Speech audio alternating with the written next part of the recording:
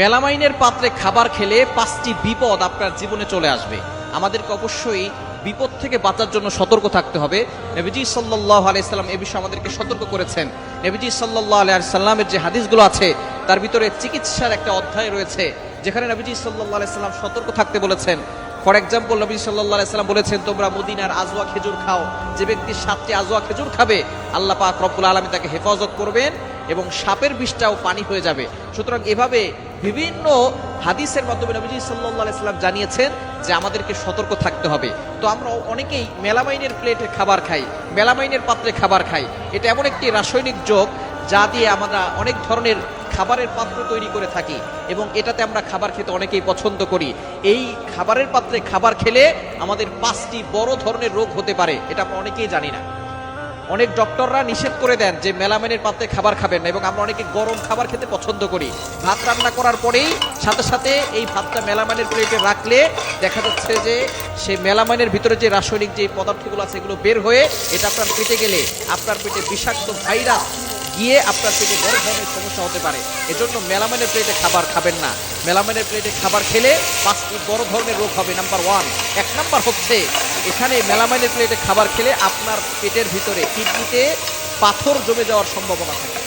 কিডনিতে পাথর যাদের জমে তারাই বোঝে যে কতটা ভয়ঙ্কর, এবং বেশি পাথর হয়ে গেলে অপারেশন করে শেষ পর্যন্ত সেখান থেকে পাথর বের করতে হয়। সুতরাং এই মেলামাইনের প্লেটে যদি আপনি খাবার খান, কিডনিতে পাথর জমে যাওয়ার সম্ভাবনা থাকে এবং আপনার কিডনি ভালো থাকবে না, আস্তে বড় ধরনের রোগের ভিতরে চলে যাবে।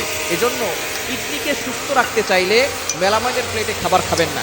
2 নাম্বার হচ্ছে, যে রোগ আপনার পেটের ভিতরে আসবে সেটা হচ্ছে ক্যান্সারের ঝুঁকি বাড়িয়ে দেয় মেলামাইনের প্লেটে খাবার খেলে, মেলামাইনের পাত্রে খাবার খেলে।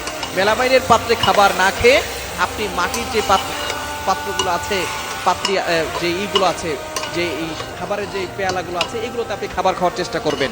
2 নাম্বার, ক্যান্সারের ঝুঁকি বাড়ায় মেলামাইনের পাত্রে, এই জন্য এগুলো থেকে আমাদেরকে দূরে সরে আসতে হবে। 3 নাম্বার, আপনার স্মৃতিশক্তি, ইন্টেলেকচুয়াল পাওয়ার এটা দুর্বল হয়ে যাবে।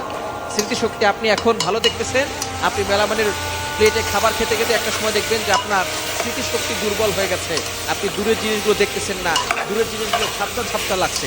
এই জন্য অবশ্যই মেলামাইনের প্লেটে খাবেন না। খেলে 3 নাম্বার যে ক্ষতি হবে সেটা হচ্ছে স্মৃতিশক্তি কমে যাবে। 4 নাম্বার, শরীরে বিষাক্ত পদার্থ গিয়ে সমস্ত শরীর ব্যথা হয়ে যাওয়ার সম্ভাবনা আছে। এবং 5 নাম্বার হচ্ছে, গ্যাসের সমস্যা হতে পারে। গ্যাসের সমস্যা হচ্ছে বড় সমস্যা। এই গ্যাসের ব্যথা যাদের উঠে তারাই বুঝতে পারে যে কতটা ভয়ঙ্কর ব্যথা হতে পারে। সুতরাং এই মেলামাইনের প্লেটে আমরা খাবার খাবো না। প্লেটে খাবার খেলে এই 5টি বড় রোগ হবে, যে রোগে আপনি আস্তে আস্তে মৃত্যুর দ্বার প্রান্তে চলে যাবেন। নবীজি সাল্লাল্লাহু আলাইহি সাল্লাম সতর্ক বার্তা দিয়েছেন, আমাদেরকে সব সময় সতর্ক থাকতে হবে যাতে করে আমরা সুস্থ থাকতে পারি। সুস্থ থাকলে আল্লাহর ইবাদত করতে পারবো, সুস্থ না থাকলে আল্লাহর ইবাদত করা সম্ভব নয়। আপনি অসুস্থ হয়ে পড়লে আল্লাহর ইবাদত করতে আপনি তেমন একটা পারবেন না। নবীজি সাল্লাল্লাহু আলাইহি সাল্লাম যদিও জানিয়ে দিয়েছেন যে দাঁড়িয়ে নামাজ পড়তে না পারলে বসে পড়বে, বসে নামাজ পড়তে না পারলে শুয়ে পড়বে।